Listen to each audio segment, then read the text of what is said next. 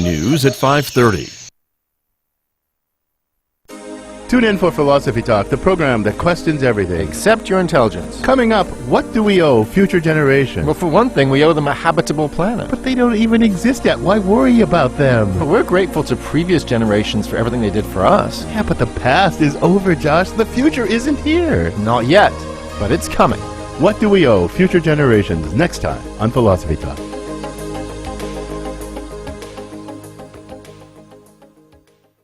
Listen to Philosophy Talk today at noon on KSJE 90.9 FM, Farmington. KSJE is supported by San Juan Regional Medical Center, here to meet your urgent and emergent medical needs, whether they are COVID-19 related or not. Medical emergencies happen when you least expect them, whether it's a stroke, heart attack, illness, or injury. San Juan Regional Medical Center's caregivers are here to provide care to you and your loved ones. Find out more online at sanjuanregional.com.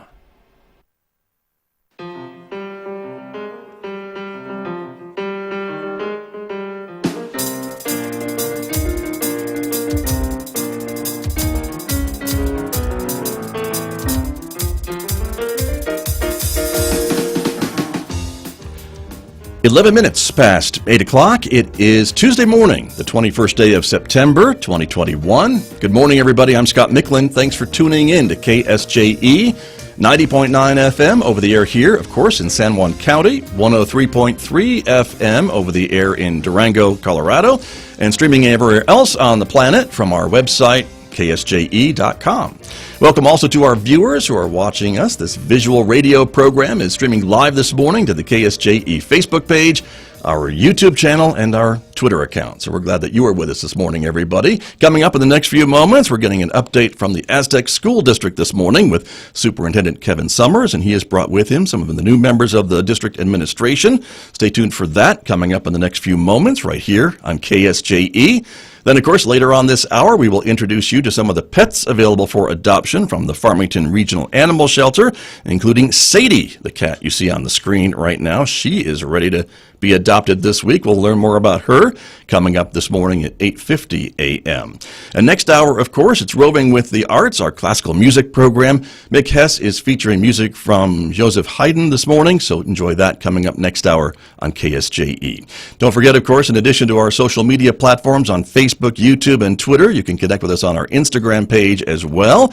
And if you're a podcast person, you can subscribe to KSJE's podcast for free wherever you listen to podcasts, places like iTunes and Spotify and iHeart and Pandora and Amazon Music and Podbean. So we encourage you to check it out and subscribe to our podcasts on your favorite podcast app. Weather forecast outside this morning, a chilly Tuesday morning. It's about as cold as it's been all season. 45 degrees in Farmington this morning outside our studios here at San Juan College. We are expecting a sunny day today with a high of 76 in Farmington today. 42 overnight, a little bit warmer tomorrow with a high of 81 on Wednesday, 83 on Thursday, 82 on Friday. Lower 80s again for Saturday and Sunday, and overnight lows warming up a bit too, from the upper 40s into the right around 50 degrees for the next several days. Well, let me introduce my guest who is here with us this morning, representing the Aztec School District, of course.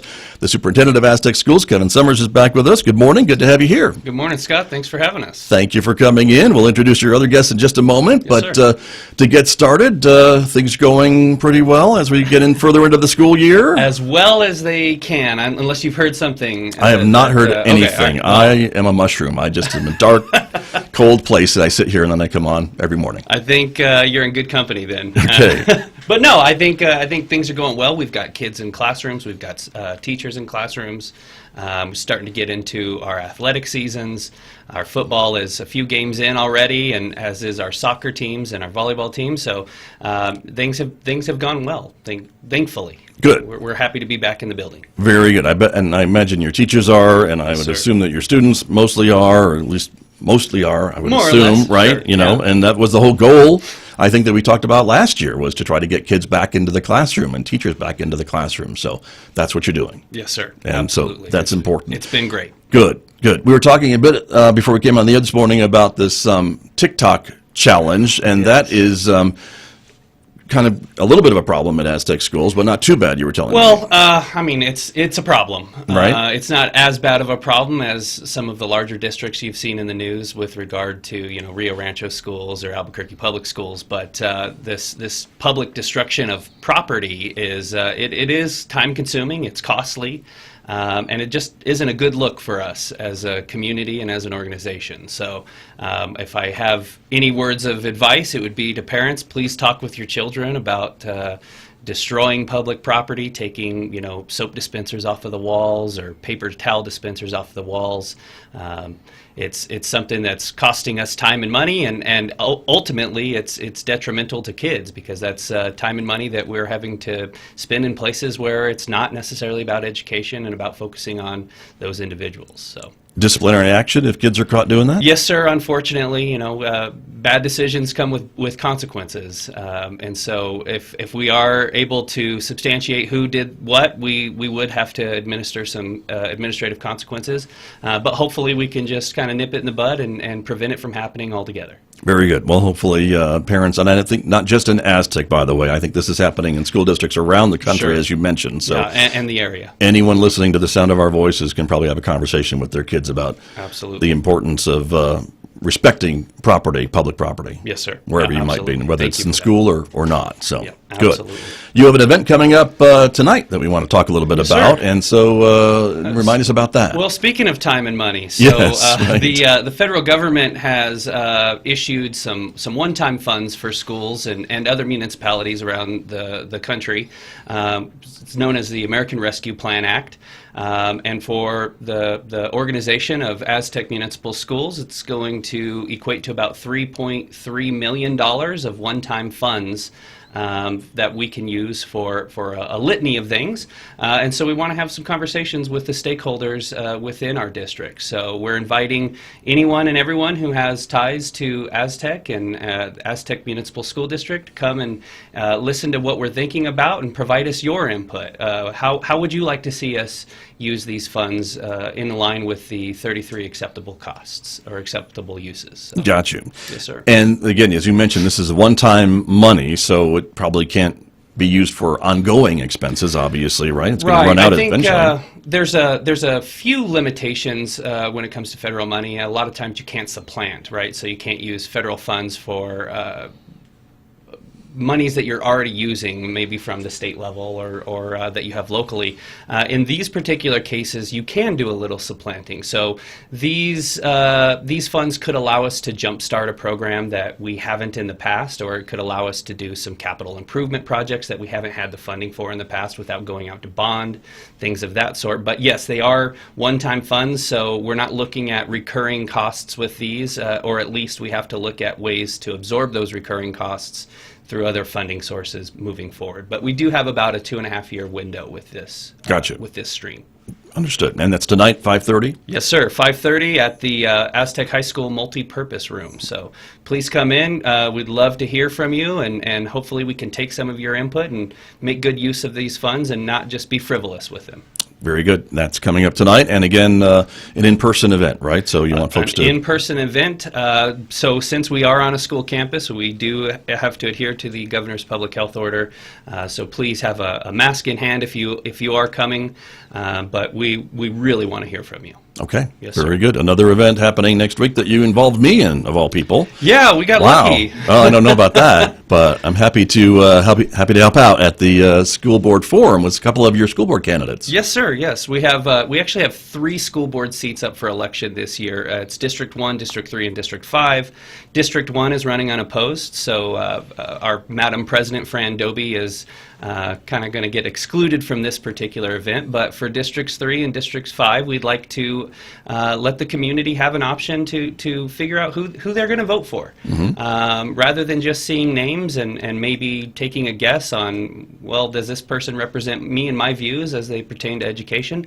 You can hear directly from those candidates. And like you said, Scott, we're very fortunate and lucky to have you come and assist us with this. Much Happy better to hear you speak than me. So Well, I don't know about that, but happy to moderate it and hopefully have some time for some questions from the audience. And Yes, so sir. that's important. There are also some other questions that have been formulated to ask of these candidates. And so can you give us an idea of where these districts are? I didn't look at my map before we came on this morning. So for Yes, folks sir. who are Yeah, listening so this morning, who should District come? 3 is kind of the middle of town. District 3 extends kind of from the Fred Cook area down to the river. District 5 is towards the east side of town. So where Aztec High School is actually District 5 and going up to the state line. Gotcha. So we kind of have the middle of town and the east end of town. Those are the folks living in those districts who will be seeing these names on the ballot. Yes, who sir. May want to show up next Monday. Correct. And this is next Monday, the 27th, again, once again at the multipurpose room, is it not? Yes, sir. Also at the multipurpose room there at Aztec High School. Okay. And it starts at 5:30. Yes, sir. Gotcha. About an hour. So there you go. We're going to try to cram it into an hour. That's right. We're That's gonna the do plan. our best. Okay, very, very good.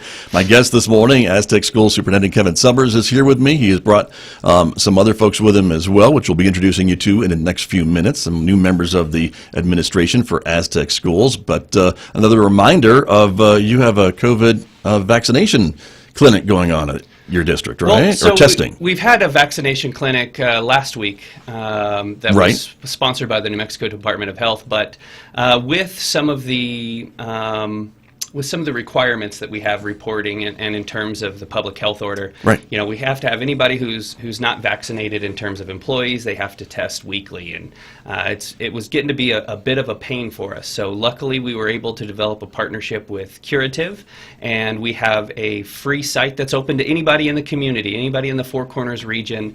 All they have to do is register in advance at curative.com, but we have COVID testing from 7 a.m. to 3 p.m. every Wednesday and Friday. It's at Fred Cook Stadium. It is a drive up. So you drive up, you self-administer. I had to do one of those myself about a week ago. Right. And you know, it takes just a few seconds. There you go. And it's still free to Free. be tested in New Mexico, right? Absolutely free for everybody, open to the community. So if you need to get some COVID testing for your employer or for your own Peace of mind, sure, yeah, right. Come on by at Wednesdays and Fridays at Fred Cook Stadium. It's preferred if you register in advance, but if you don't, they can register you there Right. in the moment. So Got you.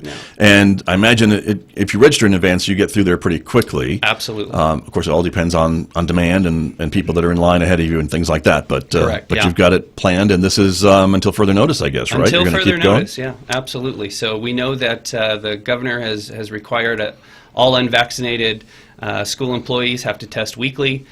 So it's a service that we're providing for our staff, but as long as we're providing it for our staff, it's available and open to the community at large. So please Okay. take advantage of it. Very, very good.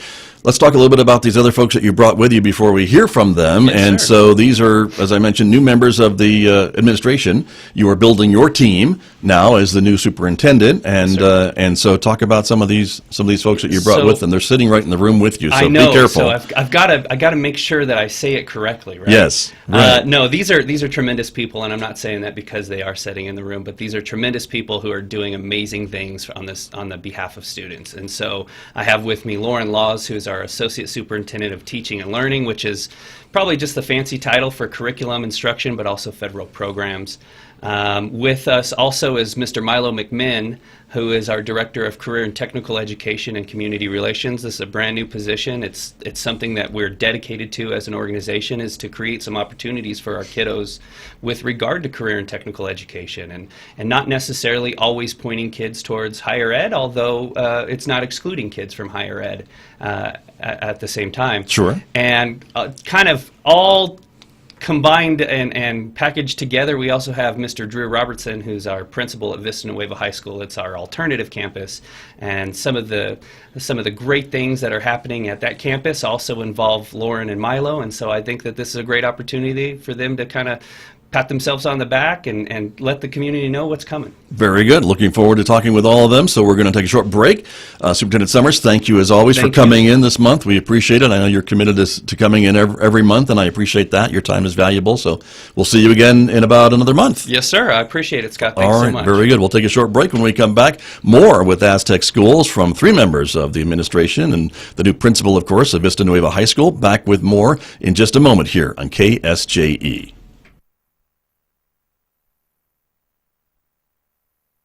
KSJE is supported by the Farmington Civic Center, bringing a full slate of entertainment to Farmington and San Juan County. Farmington's Chevelle Shepherd, Saturday, November 20th at 7:30 p.m.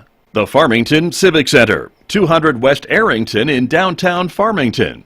Find out more online at fmtn.org/shows or at 505-599-1148.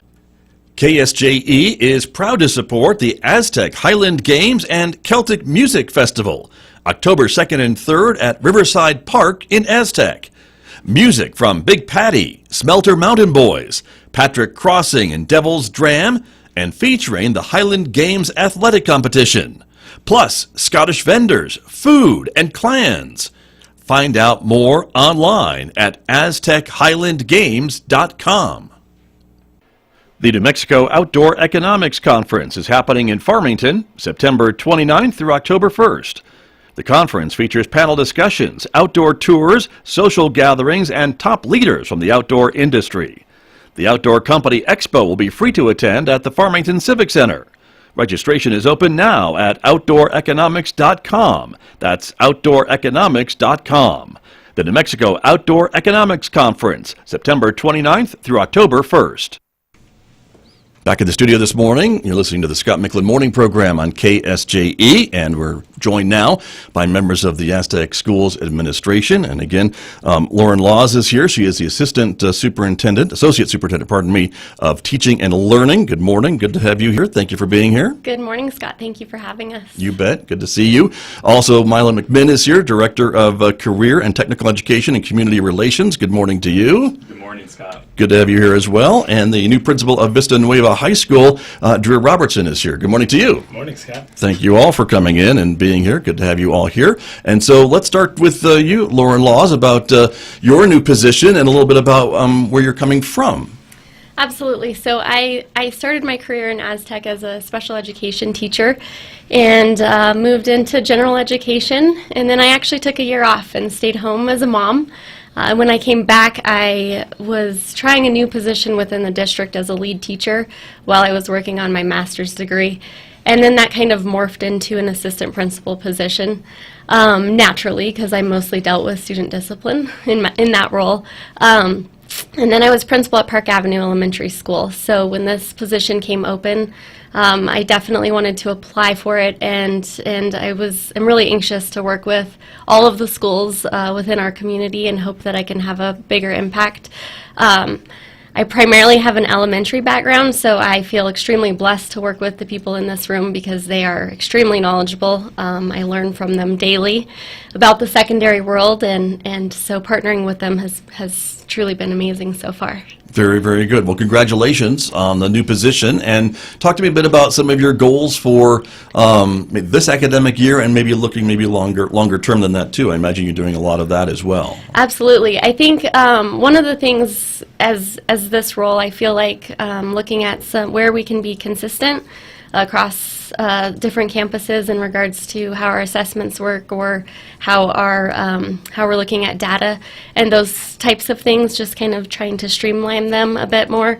Mr. Dreher here brings a great perspective that's fresh and new, and so I'm really anxious to kind of tap into that because we have extremely knowledgeable people that I think we need to embrace what people are already doing really well, and then give the opportunity to grow and try new things where we can do that. So he'll talk about that more, but I think that's my goal too, is to see what else we can do and not be afraid to try it. Right, right. Good to know. And I imagine when we talk about instruction and curriculum, that's kind of a moving target sometimes, especially hopefully coming out of COVID, as things have been very challenging for your teachers and your students over the last 18 months. Any thoughts about kind of ways to either make up for lost learning or just accelerate some of the things this year? Or what types of things are you telling teachers to watch for?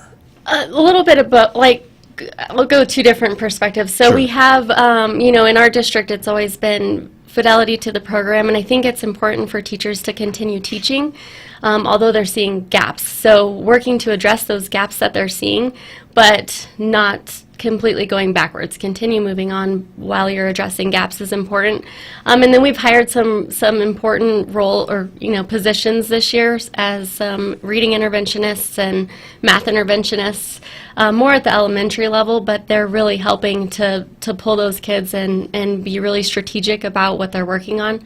So just trying to follow up with those people, make sure that they feel supported in what they're doing is one of my goals as well, to ensure that they're reaching students. Right. And again, you are educating every student that comes through the doors at Aztec schools, and many kids, if not most kids, I think do pretty well, but the ones that do fall behind, the fear is let's let them not fall through the cracks, I assume. And so some of these new individuals that are working at Aztec schools to try to help these kids and get them back up to speed with the rest of their cohort, I guess, is what we're talking about. Absolutely, yes. So they have additional time with those interventionists, and then they're with their peers as well, and continuing through the curriculum and the grade level standards at their grade level, but Right. also ensuring that we're working on filling those gaps is really important. Very true. Well, welcome. Good to have you here. Thank you. And Thank you so congratulations much. once again. Thank you very much for being here. Thank Let me you. turn next to Milo McMinn, who is, again, the Director of Career and Technical Education and Community Relations, another new position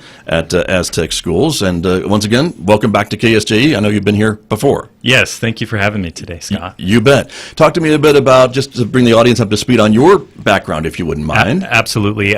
So I'm originally from Grants, New Mexico. That's where I started teaching. I'm also an Aggie, so I think Lauren and our superintendent are also Aggies as well. Well, that explains everything. Now it all comes into focus, doesn't it? Yeah, we haven't had a great football season this year, so we did get a win last week. But beyond that, I started in Grants. We moved to San Juan County, the beautiful San Juan County, and I started my career here in Kirtland and working for Central Consolidated for really the past 8 years.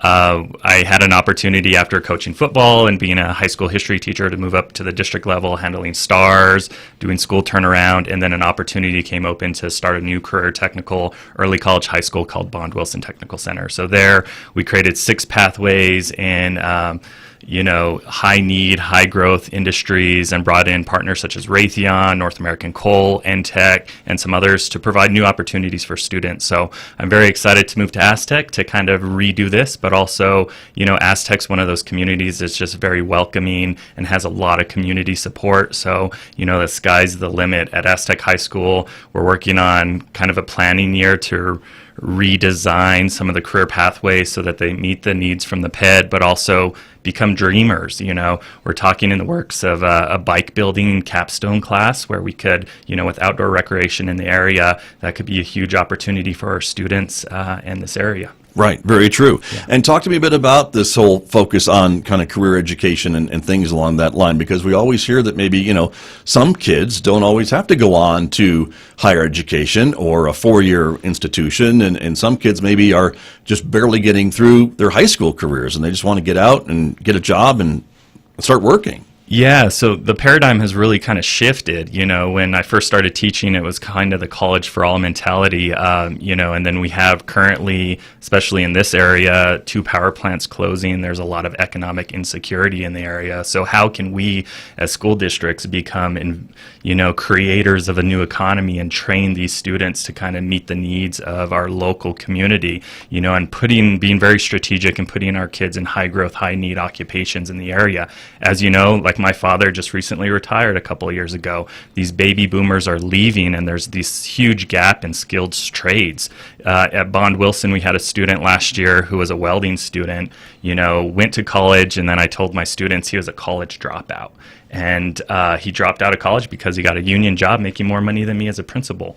That's the dream. We want to provide our students with education that's relevant, engaging, and that they can see a light at the end of the tunnel. And then, as you know, at the college level, a lot of people change their majors once they get to college, and college is pretty expensive. If we can provide that opportunity and experience in high school and allow them to kind of explore their passion, I think we're going to do a great service to our students in our community. Right. And I know you talked a little bit about some of these career options for your students, and of course, some of those high-wage jobs that may go away when those power plants close, as you mentioned, one more sooner than the other, perhaps. But I know there's concern in the industry about some of those discussions. And so, for your students, how do you help them maybe identify what those higher paying jobs might be? Because it is, it's great that we have outdoor recreation and all those different things, but I mean, some of those, if I'm a fishing guide, I may not be making as much as a coal miner.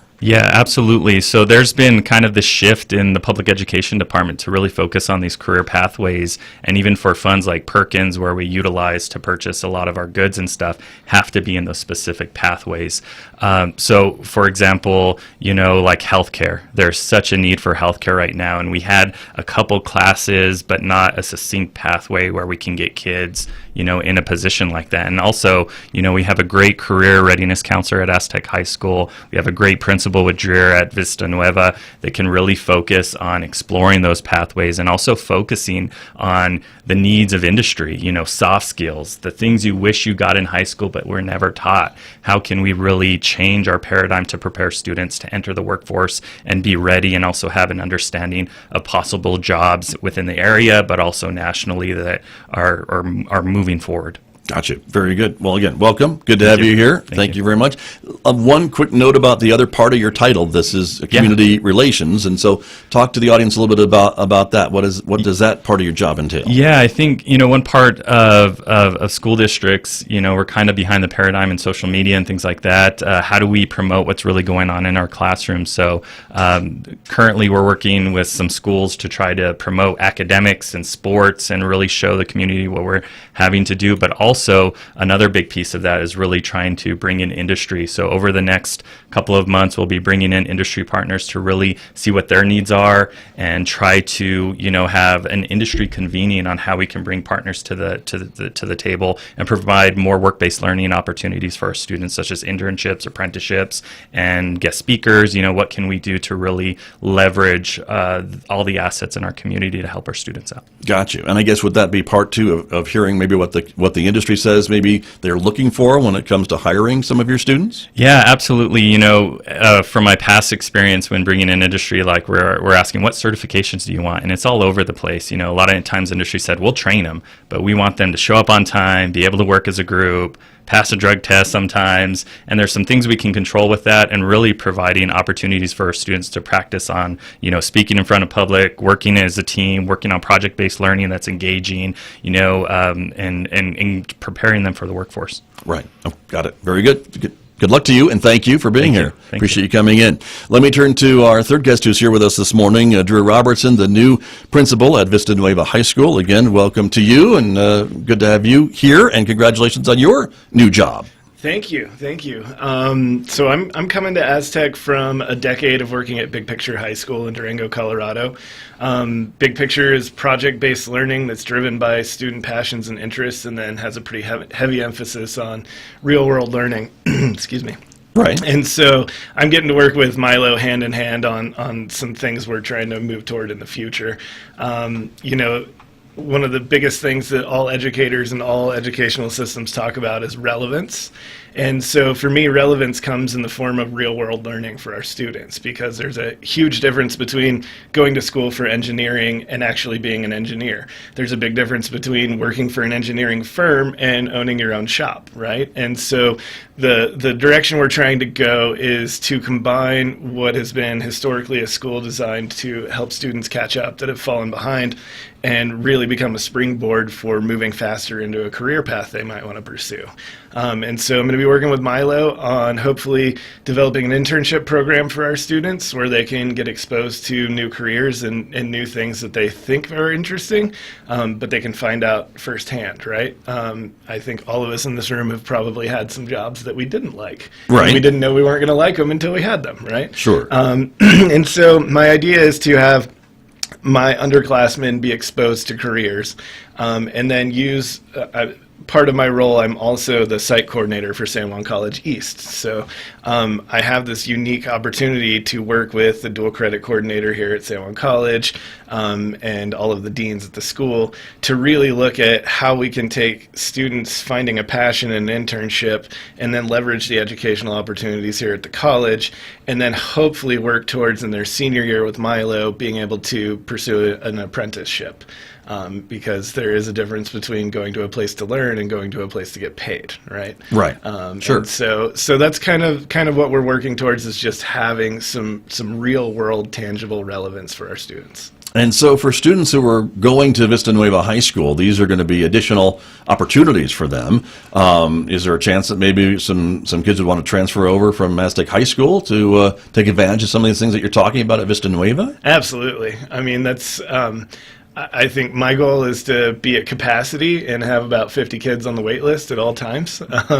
And so hopefully that comes in the form of what we're doing becomes more attractive to families and the community and the students especially. Right. Yeah. And for some, I think the idea of Vista Nueva, as other alternative high schools, as they are sometimes called in the education world, maybe a place for kids who've maybe had difficulties or almost dropping out of traditional high school and things along that line. Right. Are there also some things that you've got planned to try to keep them engaged and wanting to complete their high school education, high school careers? Absolutely. And I think part of it, I'm going to steal Milo's word of shifting the paradigm. Alternative traditionally has meant that it's a place where you come if you haven't been successful.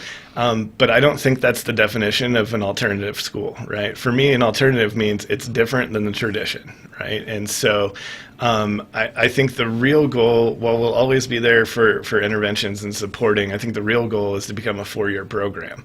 And so we work on developing skills. We work with the middle school, and we work with the middle school to recruit students to be there for all 4 years.